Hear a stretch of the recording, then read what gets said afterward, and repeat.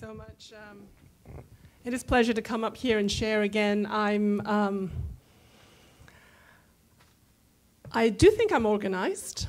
I take pride in being organized, but I'm glad to hear that there's actually Mitzi and Rosina are even more organized than me. That's why I'm on that team. How many of you feel like as parents that we need to feel like we've got to be great role models as organizers for our children? That we should have all the answers, right? Yeah? And a lot of times as parents, we feel like we've got to teach them how to organize themselves. And as Sherilyn was saying, it can be a real chore.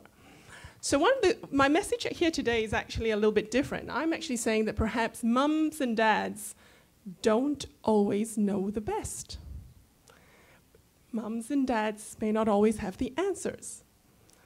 And perhaps mums and dads could learn a little bit by observing their team. Because I coach and train in the leadership space, and more we're looking at the fact that leaders lead clever people. Agreed?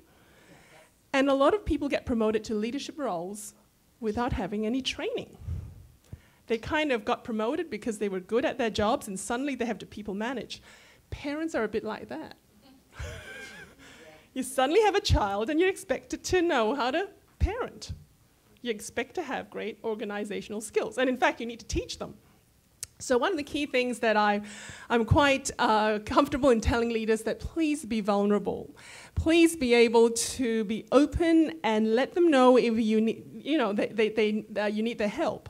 So I'm going to share with you a story about the fact that I thought I was a pretty great organizer with exams. Now, how many of you get a bit worried when your kids are having exams? I mean, I don't know about you, but from the Asian culture, exams is a big thing, okay? If you don't get a straight A, I mean, B as in glee, I think B is an Asian F. So, you gotta get an A. So when I was going through dental school, that's where I met my husband, Ken. Now, I take pride in preparing for exams in a very organized way. I set out a study plan. So if it's 8 weeks to go to an exam, I would have my study plan done for 7 weeks because just in case unforeseen happenings happen, I've got a week to catch up. I mean, come on, Shirley, right? We got to get organized, right, Mitzi? So anyway, I get my study plan, and I know exactly how many pages to swat, and by the time I get to my 7th week, I've got a week to spare. And because I'm so organized, the awful thing is that when I have that week spare, I've got a week to stress.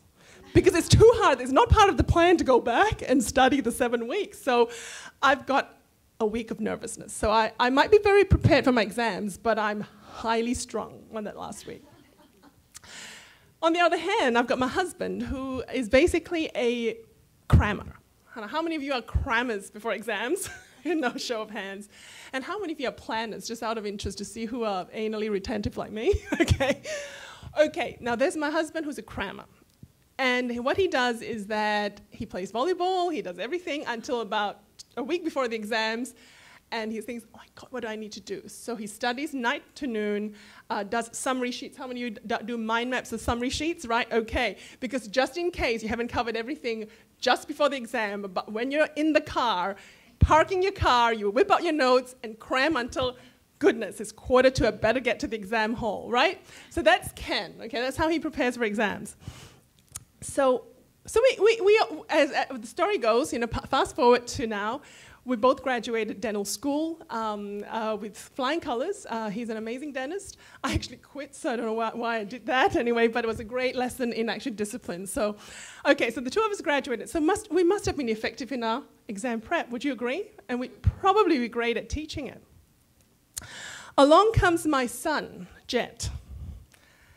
He's almost 14, but about last year in January, our school year starts in January. I know your school year starts in September. And he had just arrived in year 7, which to us is our first year of secondary or high school. And 5 years from then, he's going to do his year 12 exams, which is the higher school certificate, which is equivalent of the IB, or perhaps in your system, the SATs, I suppose. Okay, so, and remember, all Asian kids have to get straight A's, right? Okay, So one of the key things is, so in the school's aware of that. It's not a selective school. It's a school that brings up kids of all ages, but they're very much about being resourceful. So just at the beginning of the year, they called for a workshop for the mums and dads and the kids to come for a 2-hour workshop on study skills and exam preparation. I thought, yes, let me go listen and validate myself. Okay, so off I go to this, because my husband says, oh, well, I haven't got time. So anyway, so I go. Besides, he's not a planner, remember? He's a crammer. So I trot off with Jet, and we sit down for these workshops. And while I was in the workshop, I was scribbling and taking lots of notes, and I was really excited because it was exactly validating what I was doing. Prepare a plan, work the plan, make sure you've got your folders, your colored folders. Get set up so that, you get into habit, and by the time year 12 comes around, you'll be great. So, and their first exams is going to happen in 6 months. So they're going to start doing mid-year exams. Every half a year, they're going to get some exams. Okay, so I got out of the workshop, all excited, as all mothers would be, who I feel so good, and looked at Jet. And this is Jet.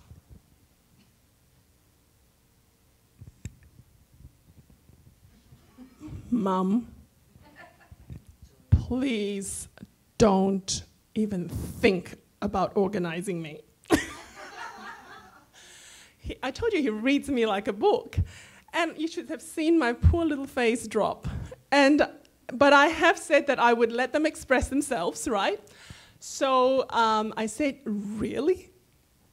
And he said, yes, Mom, can you please trust that I have taken, I know I'll trust you, Jet, but you have not taken a single note from that workshop. He said, Mom, it's all in here, I got it, I will work it through. Can you please trust that I will prepare for my exams, and you need to trust me. So if I need some help, I will ask. Is that fair? I think that's pretty fair. Okay, so I said, great. Okay, I thought, all right, I've brought them out to be independent. I am trying to learn from them. I hope I learned something positive from this.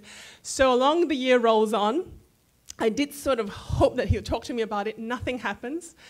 April comes around, and May comes around. I think mid-year, is that in May or June? So I checked with him. I said, mid-year exam's coming up.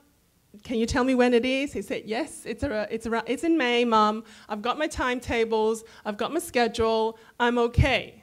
Don't fret, okay? So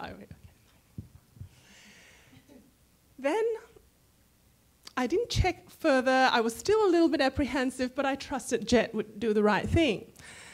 Coming to dinner time, a sacred time, we were sitting down to dinner on a Sunday evening, and Ken was just putting down the knife and fork. We were just about to clean up because it's Jet and my turn to put the dishes away. We do have a roster. And Ken looks up and said to Jet, your mum and I have been speaking. I believe your mid-year exams are coming up. So can you tell me perhaps a little bit about it? When is the exam, for starters? So Jet looks up and he said, Dad, it's tomorrow. Now Ken, by that time, kind of rewind the weekend. Saturday, we were playing basketball in the morning. Saturday afternoon, we played rugby. Then Sunday morning, we went to JB Hi-Fi to pick up some Xbox games. Sunday afternoon, we were playing Xbox games. Hello, Jet. You mean the exam is tomorrow? Now, remembering Ken is a crammer, okay? This is totally out of his paradigm. Exams tomorrow, and I have not seen a single book out. Okay, Jet, where are your books? In school, Dad. In school? Can we go to the locker and get it right now? It's locked, Dad. Okay, all right. Have you got your summary sheets then? Show me your summary sheets. Didn't do them, Dad. Now, if you can see a volcano erupting, okay, and steam coming out of his ears and a thundercloud of a face, that was Ken. Now, he then rattled on what a good Asian dad should, and he said, well, if you're not going to score straight A's, You are being taken out of your school. I'm not paying school fees. You're going to go where I don't care where, but you don't show me this A averages and you're out of there. And he stormed out because Ken is by this time ballistic. Now, in the corner, as I was tidying up the plates, you imagine what I was feeling. I was thinking, oh my God. I thought my son said, trust me. And I'm not sure whether this is a good thing. So as we were putting the plates in the dishwasher, I looked at Jet and I said, Jet, I am a bit disappointed to say the least. I trusted you to study, and you're telling me that you didn't. Is that right? Of which Jet then looked at me and said, Mum, I did not study the way Dad does. And I did not plan the way you did. But I did study. So what did you do? I didn't see any plan, and you didn't do the cram, so I am a bit confused. So he just smiled and he said, Mum, I've been preparing in school. I've been quite efficient. I've worked through some exam papers with my teachers. I understand my work, and my teacher said that as long as you've done all the work and gone through the papers, you just need to relax before the exam. I'm just following what the teacher's saying, and I'm pretty cool about it. What do you say to that? So I said, you know what, son, I trust you, and you better get straight A's. Or else I think we're both out of the house.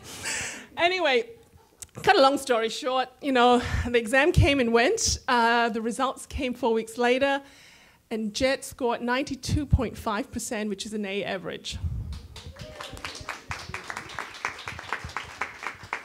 And to our relief, and Ken and I just sat down with him that sacred dinner time, when he announced his results, proudly, I should say, that he did not get an Asian F, and that we both, Ken and I, learned something about perhaps sometimes stepping back, setting an outcome to inspire someone towards a vision, and getting out of the way.